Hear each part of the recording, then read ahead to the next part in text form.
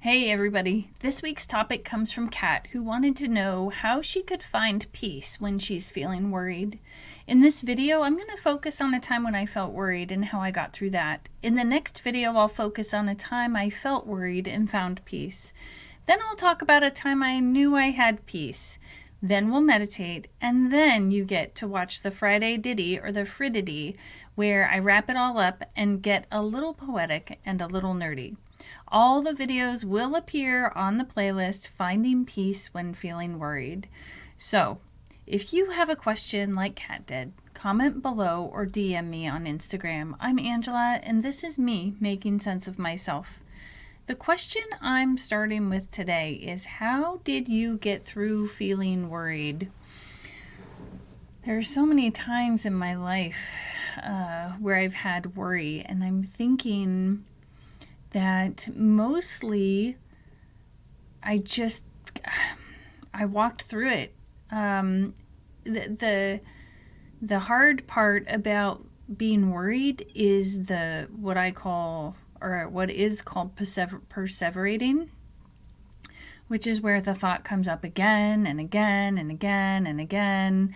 And what would happen is I would actually get myself into a panic, because what would happen is I would be worried, I would be panicking about something, I would try to let it go, but I wouldn't let it go, and then it would turn into the perseverating.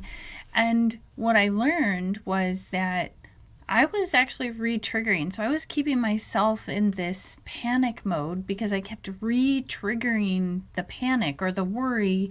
And man, it was rough. Then when I finally did get through it, no, that's not true. I think I just was exhausted all the time because I was struggling with how to get through that. And so the next question is, how did I endure feeling worried? I remember after my disability came on, the way I endured it was walking, and I walked a lot. Like, that was how I processed my emotions. And at one point during my disability,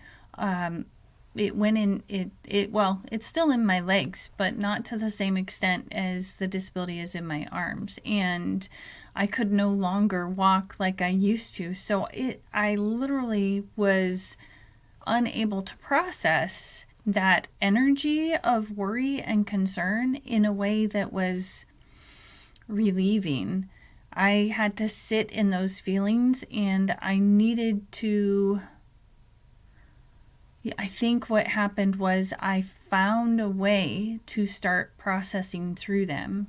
And I did have professional help, and I still worried a lot. Like, I don't know that there is this moment where it shifted. And the next question is, what was it like to get through that? It was hard.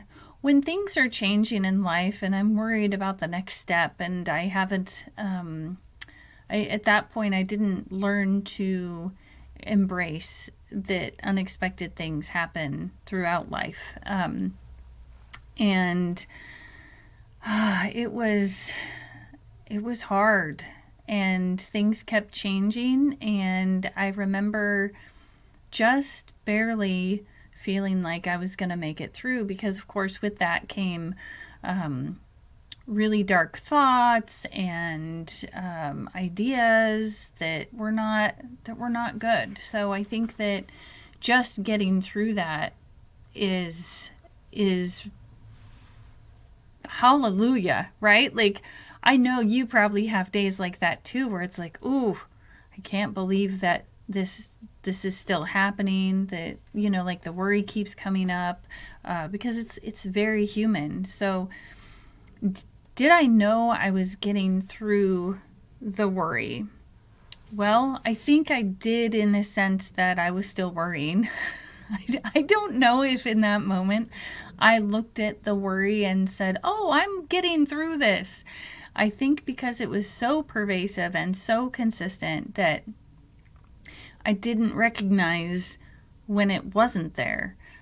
which is really interesting. So I'm sure that I know there are times that I had good moments where the worry wasn't there, but I don't think that I noticed that the worry wasn't there. I think my perception at that time was that I am always worried or panicked or anxious. And so,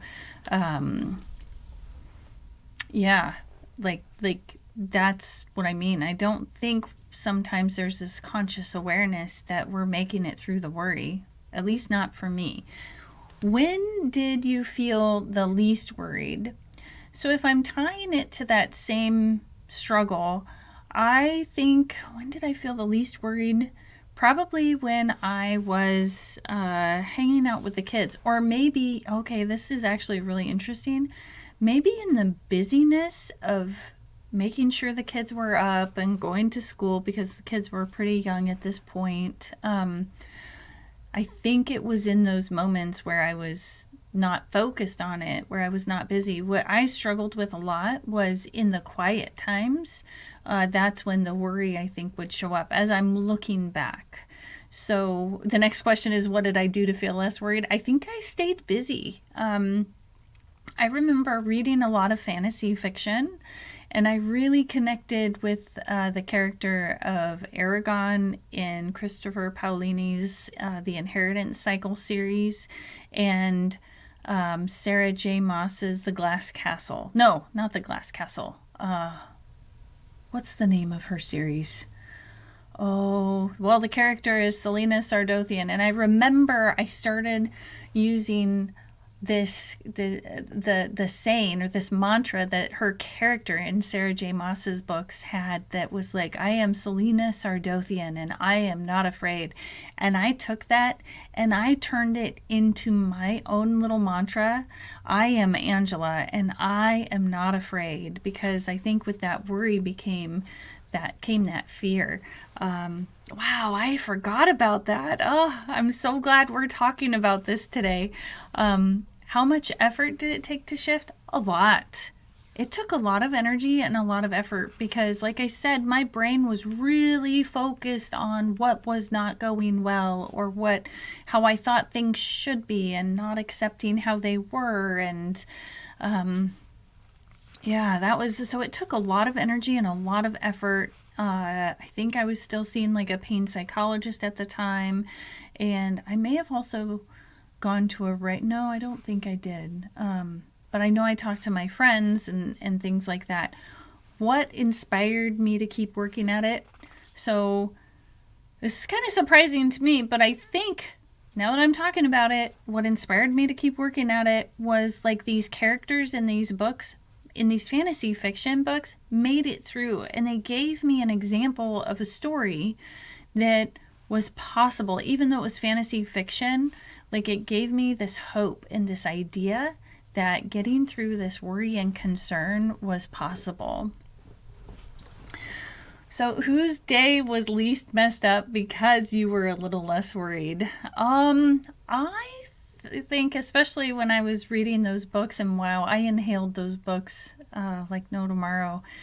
But I think that for me, it's gonna be, it was my kids. At that period of time that I'm thinking about, the kids were, their days were a little messed up. I think because I was so worried, like, I also got a little bit more controlling, maybe not just a little bit, maybe a lot, in deciding what was right for them. And so I did mess up their days that way. And when I would let go, it was also their days that would be better. And how did I know their days were better? Because we were having fun together. We were walking down by the bike trail, or we were enjoying movies. We were connecting. And I think that made a huge difference. What did I know, or what did I see to know that me being less worried made their day better? I don't think it was a C. With my kids, I feel like I was really lucky. They would tell me, if I was getting really worried, they would be like, Mom, hey, you're going to be cranky if you keep doing that, and we don't want to deal with that. So we'd like it if you just stop, and luckily I was in a place where I could hear that and go, okay, I want us to have better time together. So, I would work on shifting, and usually it was by doing things with them. So what's one place where I will feel less worried in my life? I think especially with my kids, I think I don't know what my disability holds for me. It is a surprising and inconsistent disability. So the pain, I have complex regional pain syndrome, and when you have complex regional pain syndrome, the nervous system is confused. So I literally experience all of the different types of pain that you'll see in a doctor's office: pins and needles, aches and pains, spasming, stabbing, aching, whatever else there is. These are all things I've experienced and still experience on a regular basis. And because I don't know when they're going to come, I think that what I've learned is that I can't worry about it. I get to live my life. I get to choose to live my life. Instead of have to live my life, I get to choose that with the pain. One of my meditation teachers, I think it was either Susanna or Paran Bear who said it. I'm pretty certain it was Paran, but he said, "Pain, my friend, when everyone else leaves me, you're still there." And I think that for me, that's what I did, was I befriended my pain and decided on some level, I'm just not going to worry about it. It's going to show up when it shows up, and I will address it in that moment. And that's a really hard place to live.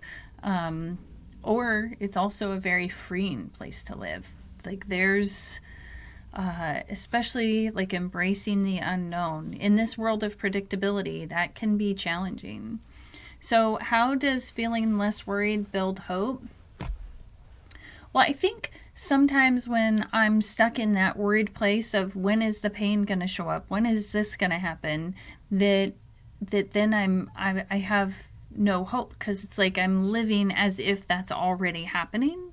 So maybe I'm not talking to people or not going out to connect with people, and those are things I want to do. So being less worried gives me hope that in those moments that those things will come, that I'll be able to do them. And so I actually make plans, and most of the time I manage to get through it, and sometimes and other times I don't. I don't think I've ever sat down to figure out how much, because I didn't want to try to predict when it was going to happen and when it wasn't going to happen. But the people that I do surround myself with, they know, and they're cool with however I show up. They just love me as I am. If I show up and I'm miserable, and the only thing I can do is sit there, that's okay. And if I can have a conversation and participate, that's okay too. So what skills will you use when you notice you are starting to feel worried? I think distraction is probably the best one. And I use that for my pain too. If I can get engaged in, a really cool playlist of music, if I can meditate and focus on something else, if I can get into a really good book, that helps distract me from my pain and from being worried about what's going to happen next. So there you have it. I'll be back in the next video to talk about more great things, and I would love to hear from you about how you shift, what you do when you're feeling worried. I'm Angela, and this is me making sense of myself.